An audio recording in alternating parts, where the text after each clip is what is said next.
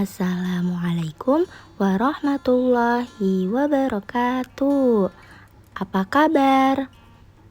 Semoga teman-teman semua sehat selalu.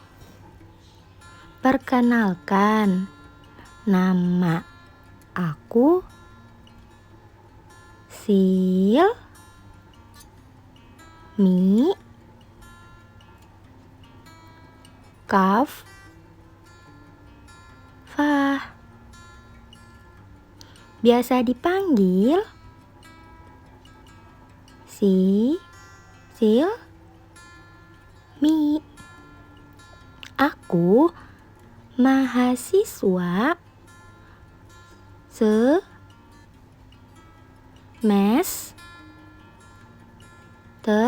5, jurusan bimbingan konseling Islam. Aku di sini akan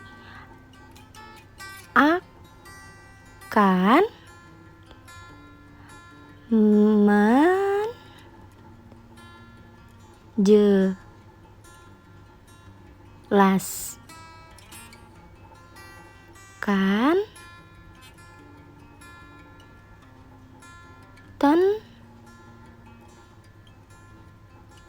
tentang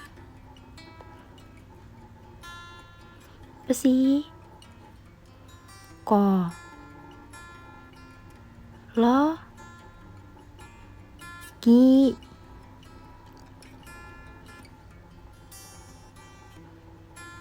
dan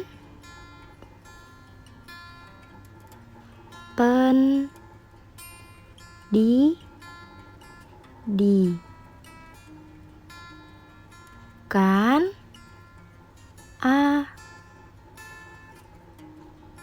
anak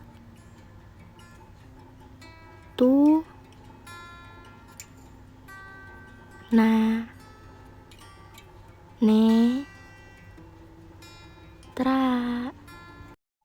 Halo, di sini saya akan membahas mengenai tema yang sesuai tadi di awal opening video itu, namanya tentang psikologi dan pendidikan anak tunanetra.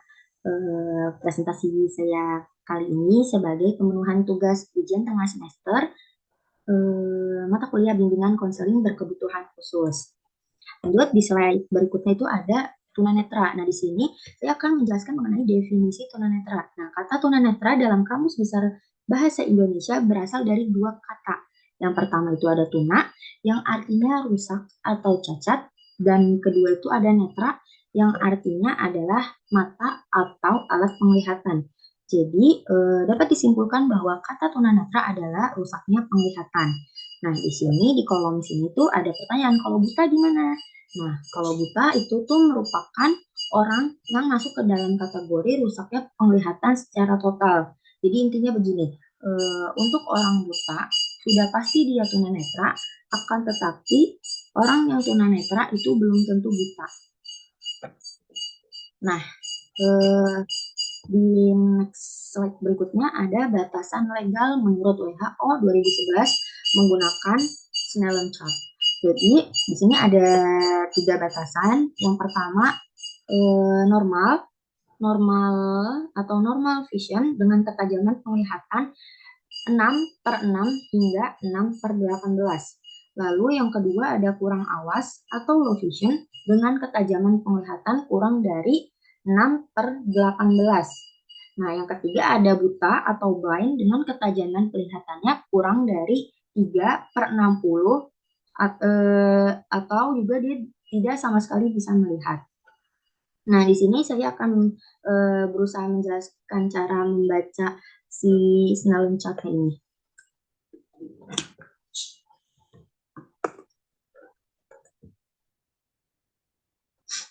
Nah, di sini pertama itu tadi ada normal vision dengan ketajaman penglihatan 6/6. Nah, 6 awal ini merupakan jarak dia membaca si Snellen chart-nya. Jadi 6 ini dia membaca dengan jarak 6 meter dari Snellen chart-nya. Lalu dia itu bisa membaca keseluruhan. Artinya dia bisa baca dari huruf E terbesar ini sampai ke huruf abjad di bagian bawah ini. Jadi orang normal itu bisa membaca keseluruhannya. Lalu untuk batasan legal yang kedua itu ada kurang awas atau low vision. Nah, ini ketajaman penglihatannya tuh kurang dari 6/18. Sama tadi, 6 ini merupakan jaraknya 6 meter, dia membaca 9 lengkapnya. Nah, dia perkiraan tuh kurang dari 18, berarti kisaran dia baru bisa baca 9 lengkapnya di sini. Di kategori yang ini, dia bisa. Nah, lalu untuk buta atau blind, dia ketajaman penglihatannya kurang dari 3/60. Berarti 3 di sini jarak dia 3 meter, jauh lebih dekat ya. Nah, itu dia hanya 3/60. Berarti dengan jarak 3 meter dia baru bisa membaca huruf E yang paling besar ini. Atau bisa juga si buta atau blind ini tidak bisa sama sekali melihat sinyal lengkap di sini.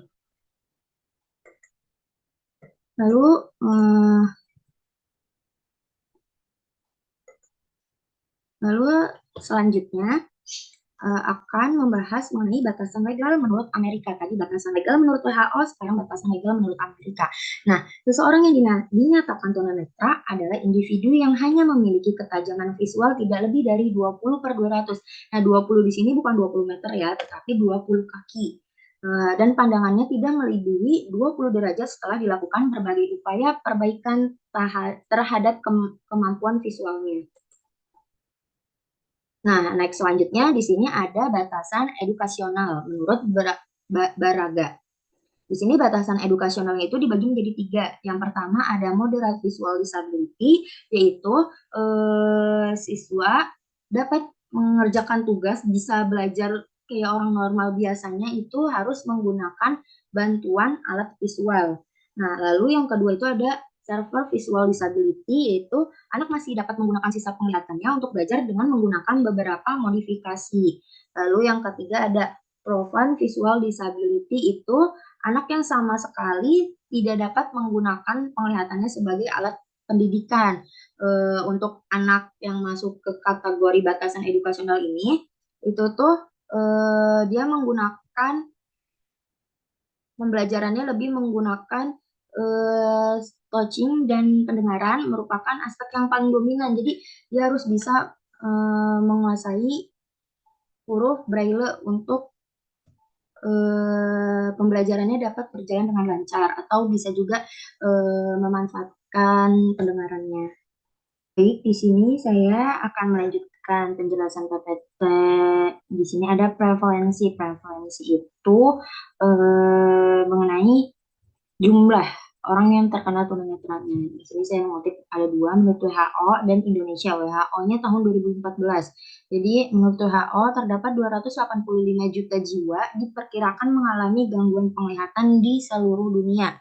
Nah, 39 juta jiwanya itu karena buta, lalu 246 jiwanya itu karena gangguan penglihatan saja, tidak disertai buta.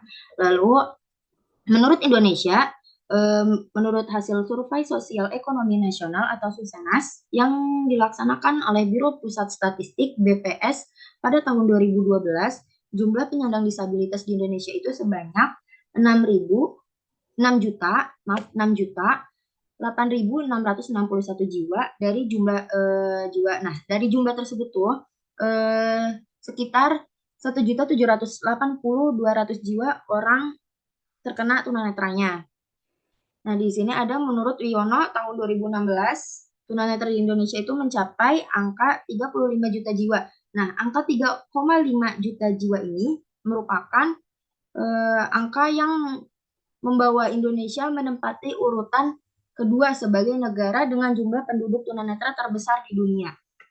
Lalu yang ketiga ada pada tahun 2017, menurut estimasi Kementerian Kesehatan Republik Indonesia, jumlah tunanetra di Indonesia itu 1,5% dari seluruh penduduk. Nah, kalau misalnya saat ini penduduk Indonesia berjumlah 250 juta jiwa, berarti sekurang-kurangnya saat ini ada 3.750.000 tunanetra. Di slide selanjutnya di sini saya akan menjelaskan mengenai kategori tunanetra. Nah, kategori tunanetra itu dibagi menjadi dua. Yang pertama ada karena kurang lihat atau low vision, yang kedua karena buta total atau totally blind. Nah, kurang lihat atau low vision ini itu orang yang mengidap ini tuh masih mampu menerima rangsangan cahaya dari luar. Nah, dia tuh masih bisa melihat, tetapi penglihatannya buruk sehingga memerlukan penggunaan alat-alat bantu optik dan modifikasi lingkungan. Lalu untuk kategori kedua, buta total atau totally blind itu orang yang mengidap ini tuh tidak bisa melihat, tidak memiliki penglihatan sama sekali atau hanya memiliki persepsi cahaya sehingga harus mengoptimalkan indera-indera non penglihatannya. Jadi kayak indera pendengaran, indera raba itu harus lebih optimal. Nah, seorang anak yang termasuk ke dalam kategori anak buta atau totally blind harus belajar membaca huruf Braille. Selain itu, dia juga dapat mengoptimalkan pembelajaran melalui audio rekaman. Nah, untuk slide selanjutnya itu ada etiologi atau penyebab terjadinya tunanetra. Di sini saya mengutip ada 3. Yang pertama ada menurut Global Data Causes of Blindness WHO 2010, uncorrected refractive error itu ada 43%, karena katarak ada 33%, karena glaukoma ada 2%, sama yang terakhir ada age-related macular degeneration itu 2%. Faktor yang selanjutnya ini ada faktor endogen dan faktor eksogen. Nah, faktor endogen ini merupakan faktor yang sangat erat hubungannya dengan masalah keturunan dan pertumbuhan seorang anak dalam kandungan atau disebut juga dengan faktor genetik. Lalu yang terakhir itu ada faktor eksogen. Ini akibat karena terkena penyakit atau akibat kecelakaan fisik. Nah, glaukoma itu bisa masuk ke faktor endogen dan eksogen karena glaukoma itu bisa disebabkan oleh faktor genetik atau karena pengaruh obat-obatan. Lalu di sini di slide selanjutnya ada screening awal. Screening awal itu merupakan salah satu bentuk dari pelayanan kesehatan yang bertujuan untuk mendeteksi dini siswa yang memiliki masalah kesehatan agar segera mendapatkan penanganan sedini mungkin. Jadi di sini untuk mendeteksi dini itu bisa melakukan pemeriksaan mata secara rutin. Untuk umur di bawah 40 tahun bisa memeriksa matanya secara rutin 2 tahun sekali di rumah sakit. Lalu untuk umur di atas 40 tahun itu bisa 1 tahun sekali. Nah, jenis-jenis pemeriksaan yang bisa dilakukan itu ada 6 jenis. Yang pertama itu pemeriksaan fisik mata. Nah, di sini dokter akan melakukan pemeriksaan fisik mata seperti bagian dalam kelopak mata, kornea, sklera, lensa mata, pupil, iris, serta cairan di dalam bola mata. Sedangkan di bagian mata yang lebih dalamnya kayak seperti pembuluh darah, saraf mata, retina akan dilakukan dengan menggunakan alat oftalmoskop. Lalu jenis yang kedua itu ada pemeriksaan gerakan otot mata. Nah, tes ini tuh bertujuan untuk menilai kekuatan otot mata dalam menggerakkan bola mata. Yang ketiga ada tes ketajaman penglihatan atau uji refraksi. Nah, prosedur ini tuh bertujuan untuk mengetahui seberapa jelas penglihatan pasien ketika melihat suatu objek pada jarak tertentu. Untuk tes jenis keempat itu pemeriksaan lapang pandang. Ini bertujuan untuk pemeriksaan ini adalah menilai kemampuan mata pasien dalam melihat satu benda di sekitar ketika mata terfokus pada satu titik. Lalu yang kelima itu ada tes buta warna. Jadi tes buta warna ini paling sering dilakukan dengan metode istihara. Pada metode ini pasien akan diminta menyebutkan tampilan angka atau pola tertentu yang muncul di kartu berwarna khusus.